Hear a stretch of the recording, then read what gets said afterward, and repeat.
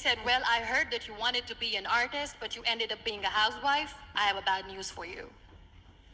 You won't be able to paint again because your wrist and your arm are so deformed, you won't be able to hold a pen again.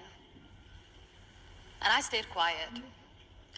Next day, doctor came to me and said, your spine injury is so bad, you won't be able to walk again. I took a deep breath and I said, it's all right.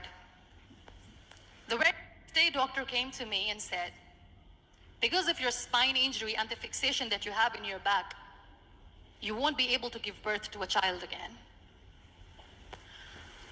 That day, I was devastated. I still remember, I asked my mother, why me?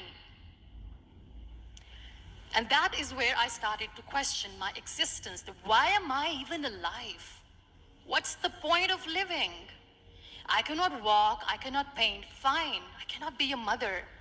And we have this thing in our heads, being women, that we are incomplete without having children. I am going to be an incomplete woman for the rest of my life. What's the point? People are scared. They think I will get divorced. What is going to happen to me? Why me? Why am I alive? We all try to chase this tunnel. We all do this because we see light in the end of the tunnel, which keeps us going. My dear friends, in my situation, there was a tunnel that I had to roll on, but there was no light. And that is where I realized that the words have the power to heal the soul. My mother said to me, this too shall pass. God has a greater plan for you. I don't know what it is, but He surely has.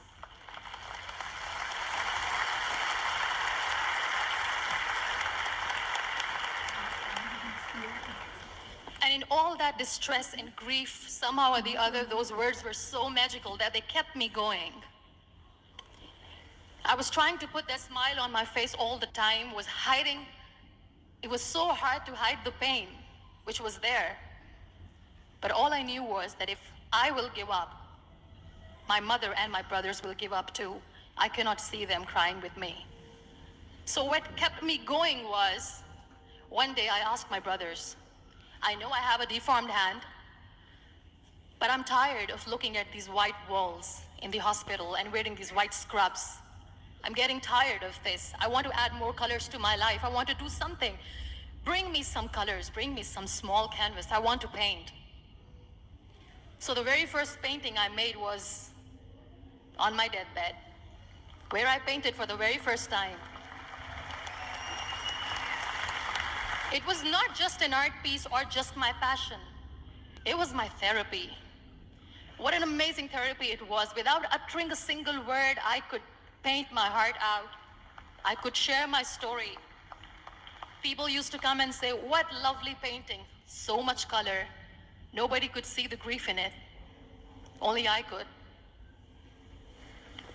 So that's how I spent 2.5 months in my hospital, crying, never complaining or whining, but painting.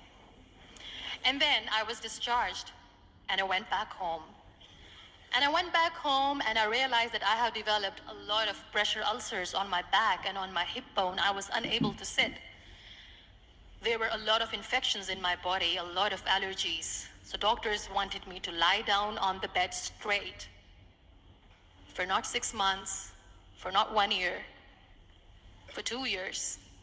I was bedridden, confined in that one room, looking outside the window, listening to the birds chirping, and thinking maybe there will be a time when we'll be going out with the family and enjoying the nature. That was the time where I realized how lucky people are, but they don't realize. That is the time where I realized that the day I'm going to sit, I'm going to share this pain with everyone to make them realize how blessed they are, and they don't even consider them lucky. There are always turning points in your life.